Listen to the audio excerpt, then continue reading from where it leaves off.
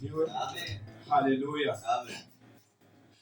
Ni asubuhi iliyo njema. Namshukuru Mungu kwa masaa haya na wakati huu.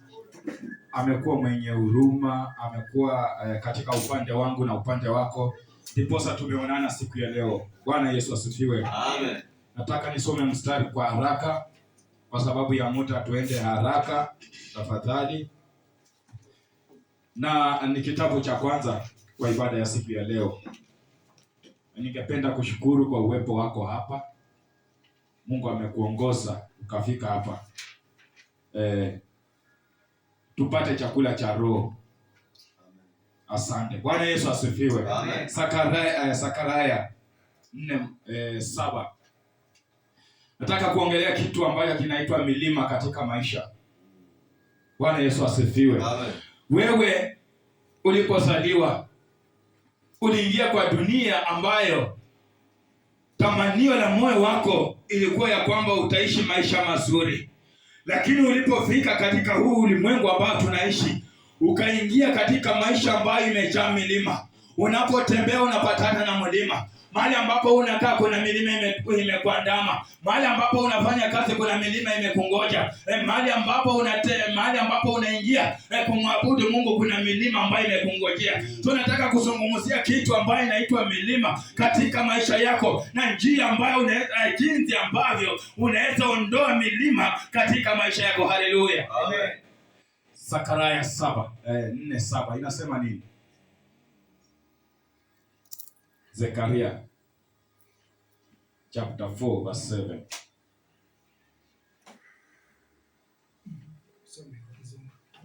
Vile nasema, who are you, O great mountain, before Zerubbabel? Yes. You shall become a plain, and he shall bring forth a capstone with shouts of grace to it. Asante. Bwana Yesu abariki andiko. Mwenye akona Kiswahili, hatuna Biblia. Haleluya. Amen. Kuna milima ambayo iko katika maisha yako. Kuna milima ambayo imesimama katika ndoa yako. Kuna milima ambayo imesimama katika kazi ya mikono yako. Kuna milima ambayo imesimama katika biashara yako. Kuna milima ambayo imesimama katika huduma yako. Kuna milima ambayo imesimama katika jamii yenu. Na kuna milima ambayo imesimama katika familia yako. Haleluya. Amen.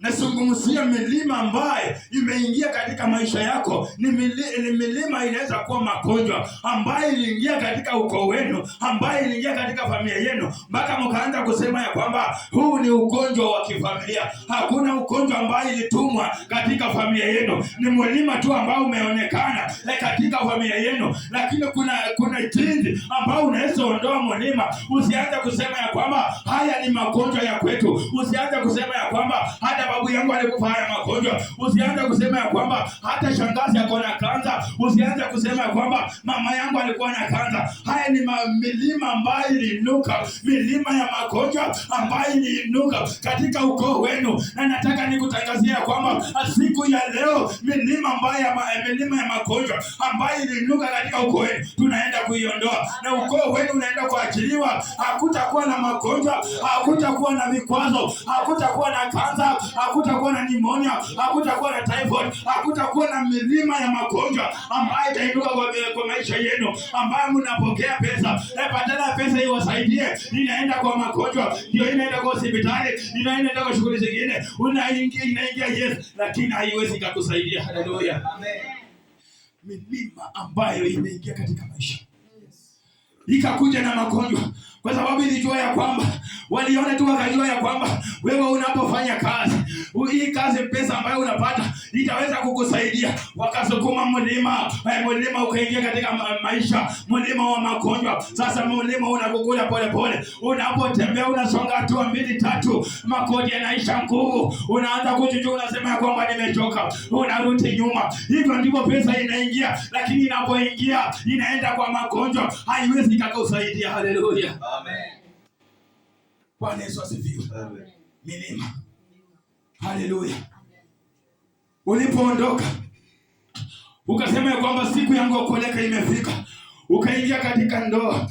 Lakini ulipofika kule ukapatana na vikundi, wakakwambia kwamba hii boma hutaiweza, hii boma haimjui Mungu, na kwa vile wewe unamjua Mungu hapa utakaa. Haleluya! Nataka nikwambia kwamba wajibu ya kwamba hapa ndio nitasema. Bwana Yesu asifiwe. Ni Mungu alipanga ya kwamba wewe utaingia mahali pale na wewe utabadilisha huo mji. Ulipoingia katika mji wa jamii bora, wewe ndio unaenda kubadilisha mji wa jamii bora. Ulipoingia katika mji ambao unaishi, wewe ndio unaenda kubadilisha njia za huo mji. Bwana Yesu asifiwe. Walisema ya kwamba hautakaa. Lakini kumbuka ya kwamba ni Mungu alikutuma pale, kwa sababu aliona kila ambacho kiko ndani mwako kinaenda kuvunja zile milima ambazo zimesimama katika huo mji. Alisema aliona ya kwamba kila ambacho umebeba kinaenda kubadilisha jamii hiyo, kwa sababu aliona ya kwamba kuna milima ambayo imeinuliwa katika hiyo jamii. Jamii haiwezi ikasonga. Inapoandaa safari inaona mlima mbele, safari inaahirishwa. Wanapopanga ya kwamba tunaona ya kwamba tuanze ujenzi, pesa inaingia, mlima unaonekana, pesa inapotea. Bwana Yesu asifiwe. Amen. Wakapanga ya kwamba tunataka tupange harusi. Harusi mmepanga ya kwamba ni mwezi wa 4. Imefika mwezi wa 3, katikati ya mwezi unapokea simu unasema ya kwamba harusi tumeahirisha. Bwana Yesu asifiwe. Amen. Hiyo ni milima ambayo imesimama katika maisha yako. Na hii milima nataka nikwambia kwamba Biblia inasema ya kwamba tunaenda kuiondoa, tutasawazisha, itakuwa kama pale. Hebu nisomee Kiswahili. Mwenye amepata Kiswahili. Kiswahili. Akasema ya kwamba tunaenda kuisawazisha na itakuwa tambarare. Tutatembea, tutaona milima. Kama ni magonjwa yamekukonga kwa miaka mingi, milima ya magonjwa inaenda kuondoka na utatembea, miguu ilikuwa inakufa kanzi. Siku imefika utaanza kutembea, utatembea kilomita mingi, lakini hautaona kanzi katika mifupa yako, hautaona nguvu ikikuishia, hautaona ukistruggle katika maisha yako. Haleluya! Ni kwa maana milima imeondolewa. Unatembea kwa mchanga ambayo iko tambarare, unatembea kwa ardhi ambayo iko tambarare. Milima ambayo ilikuwa mbele yako imeweza kuondolewa. Haleluya. Zakaria 4:7. Zakaria 4:7. Zakaria 4:7. Nani wewe, mlima mkubwa? Nani wewe, mlima mkubwa? Nani wewe, magonjwa ambayo umeniandama? Nani wewe, ndoa ambayo inanisumbua? Nani wewe, biashara ambayo nilianzisha inayumbayumba? Ni nani wewe, huduma ambayo nilianzisha inaanza kunenyewa mabaya? Ni nani wewe, mlima ambayo umesimama mbele yangu? Amen. Zerubabeli. Yes. Itakuwa nchi tambarare. Mbele yangu sitapatana na magonjwa. Yes. Mbele yangu sitapatana na shida katika ndoa. Mbele yangu sitapatana na shida katika familia. Mbele yangu biashara yangu haitakuwa na vikwazo. Mbele yangu huduma yangu inaenda kuinuliwa. Ni kwa maana nilianza huduma sio yangu, na huduma ni ya Mungu. Lakini kuna wale ambao waliinuka, wakaweka milima, wakaweka vikwazo, wakaanza kukwaza nafsi yangu. Kama ni injili inanifanya nateseka hivi, wacha nikaachane na injili, wacha nikaachane na neno. Ni kwa maana vikwazo vimekuwa mingi, moyo wangu umejaa chuki, watu wananisema sana, watu wananiongelea mabaya, ya kwamba niko na majini, ya kwamba nahudumia shetani. Lakini Mungu aliyekuteua akakutoa miongoni mwao, akasema ya kwamba utainua madhabahu, wewe mtendea kazi. Kuna milima mbele, anasema ya kwamba anaenda kuiondoa na itakuwa tambarare. Hautaona milima tena, lakini utatembea kwa ardhi ambayo iko tambarare. Haleluya. Amen. Amen. Ya kwamba milima imeinuka mpaka kwa madhabahu. Watu wameanza kukwazana katika madhabahu. Viongozi wanakongana wenyewe kwa wenyewe. Kupatana kumekuwa vigumu. Mpaka ibada ya Mungu imeanza kushuka chini. Ni milima ambayo imesimama. Unapoangalia mwenzako unaona mlima. Unapoangalia mamako unaona mlima. Unapoangalia ndugu yako unaona mlima. Kwa sababu amekuwa kikwazo katika maisha yako. Unapotamani kuendelea, naye anakushusha chini. Roho ya chuki, roho ya majivuno imeinuka ndani mwetu. Hakuna Mungu anayetamani mwenzake akainuliwe. Huyu ameanza huduma atasonga. hawezi akasonga. Yes. Anajifanya anaomba sana. Amen. Hawezi akasonga. Yes. Nataka nikwambie ajifanye anaomba. Yes. Anaomba. Amen. Bwana Yesu asifiwe. Amen. Hata anaona ya kwamba amelipa kanisa rent. Yes. Amelipia kanisa rent kwa miezi mitatu. Amen. Na sasa anajifanya ako na pesa sana. Oh yes. Ndio yeye anabadilisha nguo sana. Yes. Na vitenge vimekuwa mingi, anaingia na hii kesho anaingia na hii. Amen. Anajifanya ako na pesa. Oh yes. Mpaka wewe unakwazika moyo. Yes. Wewe mwenyewe unasema nataka nikwambie kwamba Yes. hajifanye kwamba ako na vitenge. Yes. Hajifanye kwamba ako na pesa. Yes. Ako na pesa ni kwa sababu anatembea na Mungu. Amen. Mungu ako ndani mwake naye anatembea naye. Yes. Naye anasababisha miujiza katika maisha yake. Amen. Ndipo unapomwangalia Yes. unaona ya kwamba anajifanya. Amen. Na sio kujifanya. Yes. Ni rehema za Mungu zimeshuka Oh, ndani mwake. hallelujah. Na anatembea katika utukufu wake. Haleluya. Yes. Thank you, Jesus. Ni kwa maana alitambua ya kwamba lazima niondoe milima Yes. ambayo iko katika maisha yangu. Amen. Na alipotambua njia ya kuondoa milima, Yes. na Mungu naye akamletea ardhi ambayo iko tambarare. Sasa anapotembea, anatembea bila hukumu wowote. Bwana alianza huduma jana na ikaendelea. Yes. Bwana Yesu asifiwe. Yes. Hii huduma imeanza tu juzi na inasonga haraka. Ni kwa sababu aligundua ya kwamba yafaa nitoe milima katika hii huduma. Bwana Yesu asifiwe. Amen. Omanye, je, niongee Kiluya kidogo? Haleluya. Hakuna, si ndio? Hakuna Kiluya. Nani wanajua uyoga? Mushroom. Mushroom. Hii mdudu inakula mushroom inaitwaje kale kale? Kanyende.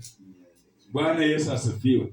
Kanapoingia kamoja katika mushroom, then ukapatie 2 hours. Hiyo mushroom utaikula kweli? Bwana Yesu asifiwe. Amen. Itaanza kuoza. So kuna mdudu ambaye anaingia katika kanisa. Kuna mdudu mmoja ambaye ni roho moja inaingia katika kanisa.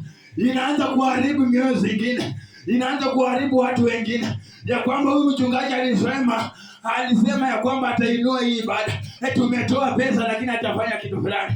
Tumetoa sadaka lakini ibada hii. Kwani hii pesa inaenda wapi? Amen. Anaanza kukonganisha watu. Mpaka mchungaji anaanza kuona huduma imekuwa na milima mingi sana. Amen. Sababu anapokutazama anatamani ukamuinue lakini wewe ndio unamshusha. Wewe umekuwa mlima katika madhabahu ya Bwana. Wewe umekuwa mlima katika huduma. Jamani, watu wa Mungu, tubadilike. Tutoke kuwa vikwazo kwa wengine. Amen. Haleluya. Yes. Na kwamba nisingekuwa mimi hangefika mahali pale. Amen. Haleluya. Amen. Hata ungeacha. Yes. Ungemwacha angefika tu. Amen. Sababu Biblia inaniambia kwamba alipokuandaa alijua mtu ambaye atakuja kushika mkono na akakuinua. Bwana Yesu asifiwe. Amen. Sikujua nitakutana na bishop. Yes. Ni miujiza tu tumepatana. Naye amenisaidia nimeinuka mahali. Na vile alinisaidia mimi atasaidia wewe. Hai milima ambayo imesimama mbele yako aliondoa kwangu, na mbona siondoe kwako? Mbona sikupatia maarifa ya kuondoa milima ambayo inakukura? Bwana Yesu asifiwe. Usianze kusema ya kwamba hii huduma imekuwa ngumu. Kuna wale ambao walikuwa na huduma ngumu kushinda hiyo yako. Lakini walipotambua mbinu ya kung'ang'ana kutoa hiyo milima, waliondoka pale wakasonga. Tafuta hao watu na watasimama na wewe. Wataondoa milima ambayo ilikuwa inakukula. Amen. Na huduma itasonga. Amen. Haleluya. Amen. Mwingine akaniambia hiyo ndoa inakusumbua, sio yako. Bwana Yesu asifiwe. Sasa sio yangu ni gani? Haleluya. Amen. Nataka nikwambie kitu. Hata kama mimi ni mjinga, nataka nikwambie kitu. Wewe umeenda mahali umezaa watoto 3. Then mchungaji mimi nakwambia kwamba hiyo ndoa si yako. Hii watoto nitalea. Haleluya. Hiyo ndoa si yako, toka. Unapotoka kwa ndoa unaenda wapi kwanza? Kwenu. Unaporudi kwenu, jina lako lilikuwa unaitwa nani? Unaitwa nani? Anaitwa Lydia. Unaporudi kwenu utaitwa Lydia. Utaitwa nani? Sio mama fulani mwenye ndoa imeshinda. Bwana Yesu asifiwe. Unatafuta ingine. Unapoingia kwa ingine, hao watoto hutaenda nao huko. Kwetu utaenda nao. So umehesabu ni ngapi? Sasa utaanza kubadilisha jina, utaitwa wa kuhesabu mando. Bwana Yesu asifiwe. Ni nani alisababisha wewe ukaanza kuitwa kuhesabu mandoa? Mimi mchungaji. Ya kwamba nimekwambia hiyo ndoa inakusumbua sio yako. Na ambapo ni mlima tu ilikuwa imekuja ungetafuta mbinu. Kuna mstari inaniambia kwamba amekutengeneza chombo na ni chombo kipya cha kufanya nini? Kusiaka hiyo milima. Sijui ilitumia kusiaka kama kufanya nini? Kuiondoa. Mbona usitumike kile chombo kipya ambacho wanasema ukaondoa hiyo milima ambayo imeingia katika ndoa yako na ndoa ikadumu. Bwana Yesu asifiwe. Ulimaliza? Nimetumia dakika 5, nimebaki moja.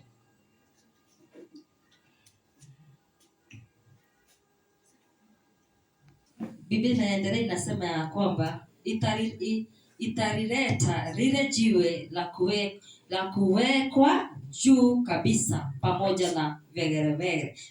Soma tu saba. Vegeregere. Vile viandiko vigeregere. Soma tu saba. Tusome saba. Yes. Tuanze. Nani wewe, mlima mkubwa, mbele ya Zerubabeli? Yes. Itakuwa nchi tambarare, Yes. na vile italeta lile jiwe la kuwekwa juu kabisa pamoja na vigeregere. Asante. Bwana. Yes. Bwana Yesu asifiwe. So nataka nikuhimiza ya kwamba Yes.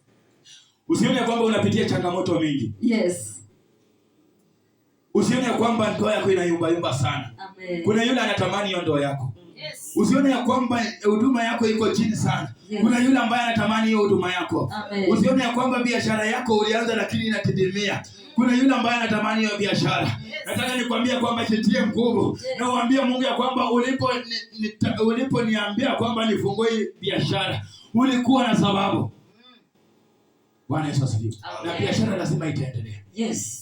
Haleluya. Amen. Na ndoa lazima itasimama. Yes. Na huduma lazima itainuliwa. Yes. Na huduma lazima itasonga. Yes. Kama ulianza na watu 5, wakapunguka wakafika 2, nataka nikwambie kwamba utakapomjua Mungu vizuri, Yes. na naenda kuleta watu ambao watakushika mkono na huduma inaenda kuinuliwa. Hautabaki na watu 5, bali utaanza ya watu 10 ukisonga mbele. Haleluya. Bwana uanza biashara na shilingi 500. Baada ifike 1000 narudi 200. Kila jioni ni loss. Kila jioni ni loss. Ni mlima tu ambayo imesimama. Lakini utakapotambua kwamba mlima imesimama katika biashara yangu, na nataka niondoe hii mlima ambayo imesimama katika biashara yangu, biashara itasonga. Amen. Hautaenda 1000, utaanzia 2000 ukisonga. Bwana Yesu asifiwe. Amen. Najaribu kusema ni mlima ambayo imesimama katika maisha yako. Yes. Isikutenganishe na Mungu. Usianze kusema ya kwamba hakuna Mungu. Na huyu Mungu ambaye ninaomba, mbona hawezi akaniondolea hivi? Yes. Matatizo ambayo unapitia isikufanye ukasonga mbali na Mungu. Amen. Tafuta njia ukuwe na ushirika wa karibu sana na huyu Yesu. Amen. Naye anaenda kukuondolea milima. Yes.